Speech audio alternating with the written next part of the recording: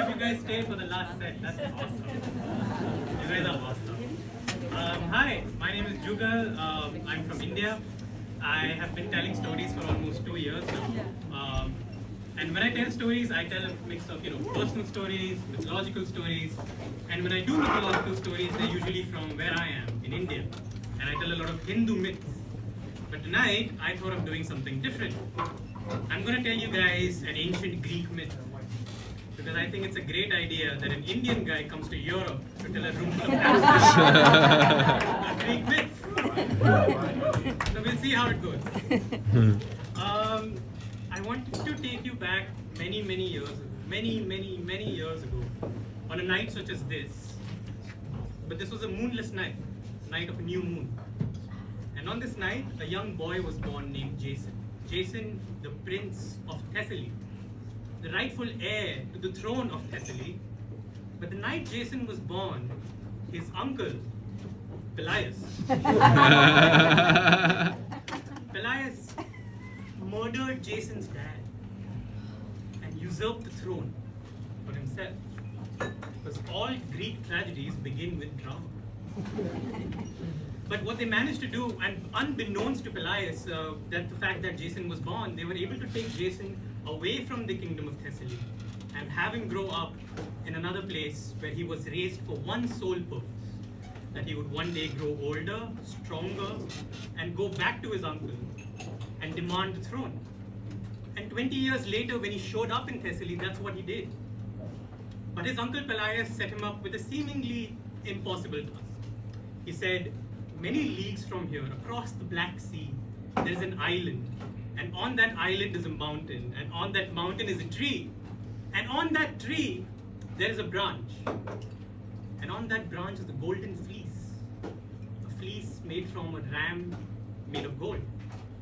If you fetch me this fleece, I will abdicate, and the kingdom of Thessaly will belong to Jason once again. So Jason walked out of this court feeling quite sure and confident, not knowing the things he would encounter on this trip. And so the gods of Greece, ancient Greece, were quite kind to him. They believed in Jason's quest. So they sent a message, a big call, say a WhatsApp broadcast to all the gods of ancient Greece. And they showed up. Who showed up for him? The Boread twins who could fly through the air as fast as wind. Orpheus, who could play music and enchant anyone with his tunes. And also the strongest living being at the time, Hercules. And for this voyage, the gods gave Jason a massive ship, a ship known as the Argo. And therefore, Jason and his crew became to be known as Jason and the Argonauts. The morning when the Argonauts were supposed to leave and set off on their voyage, they were holding a ceremony for all of the Argonauts. They were serenading the Argonauts, tying a white cloth to their foreheads, signifying they are Argonauts, and thus they would board their ship. But as the ceremony was going on, this voice came out from the crowd, and it yelled, "Hercules! Hercules!"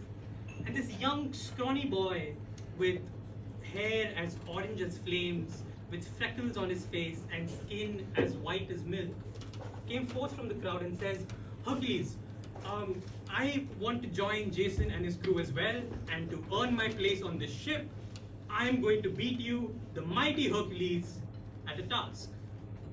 Set up a task, Hercules." And so Hercules walks towards the water. He picks up these two round discs from the ground. He looks at Jason and he says, "Discus, you see that rock over there?" And he points to this big boulder in the water.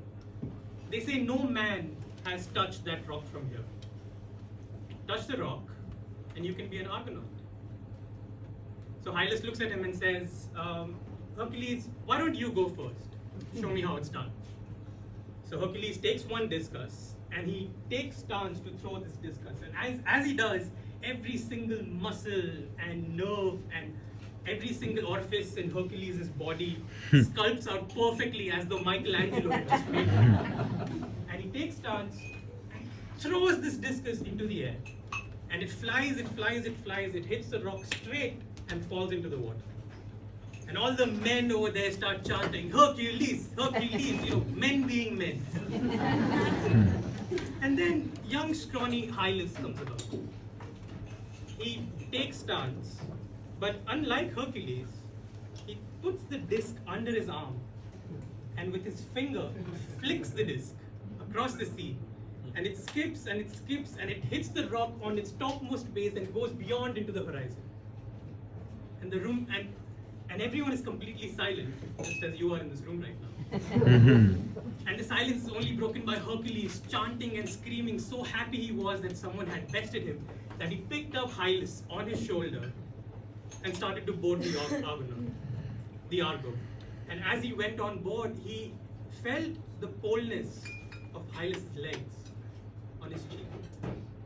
And as he moved his hand further above his thigh, he could feel the warmth of Hylas. And he placed Hylas down, and he ran his fingers through his orange hair and tied a white cloth, signifying he was one of them. So they began their journey, and many days went by, and every so often they would stop and refuel and resupply the Argonaut. And one night they came upon the island of Mysia. Mysia is completely full of trees and dark, dense forests. And the night they approached there, Hercules was tasked with finding more wood for the ship, and they sent Hylas off with a bucket to fetch them some water. So Hylas makes his way into the forest of Mysia, and with each step he took, he could hear the crumbling of the leaves and twigs, and the forest was so dense and thick with its foliage that even the moonlight couldn't touch the forest floor. So he's walking, and he comes upon a small pond whose water is completely still, and on top of which is a light mist. So he looks into the pond, sees his reflection, and he starts filling the bucket full of water. And as it's filling and it's filling, he looks at himself, and in his reflection he can see his green eyes. But as the bucket fills further and further, suddenly his eyes turn a sharp, bright red. He looks into the water, and something is approaching him.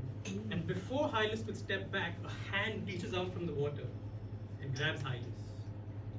This woman emerges with hair that's dripping wet, with eyes as red as rubies, and whose breasts are covered by seaweed. She looks at him and says, "My sweet prince, how gorgeous and lovely you are. Come live with us, and we will love you and marry you and make you the happiest being alive for the rest of your days." And Hylas says, "No, I have people counting on me. Jason and Hercules are waiting for me. Let me go." And she moves closer to his face and says, "I'm afraid you don't have a choice." And she yanks him inside the water, thrusts him with force, and the last thing Hylas could let out was, "Hercules, Hercules, save me." Did someone hear that? Hercules said. And he dropped his axe. Hercules looked around at the Argonauts and said, "Where's Jason? When was the last time someone... Where's Hylas?" There's too many names in Greek stories. Where's Hylas? Has someone seen him? And Jason says to him, "No, I haven't seen him since he went to fetch a pail of water." So Hercules thrusts his axe away and starts walking inside the forest of Mysia. And with each step he took, the ground shook as though Mysia was experiencing an earthquake. "Hylas, Hylas, where are you?" He screamed and screamed through the forest until Hercules wasn't shouting his name out anymore, but he was screaming for dear life. "Hylas, where are you?" And as the sun rose, Hercules fell to his knees and started crying. He started making his way back to camp where the others were, only to realize that Jason and the Argonauts had abandoned him, and the Argo had already set sail. And a broken-hearted Hercules, who was no longer part of the Argonauts, went home. Every single year, up until that day, the villagers of Mysia, in fear of Hercules, would set out into the forest to look for Hylas. And they would go around in groups, taking flaming torches with them, looking for any sign or any indication of this young boy. He was nowhere to be found, but the only thing that lingered inside the forest of Mysia, that moved from tree branches, was this echoing voice that said, Hercules, save me. Hercules, save me.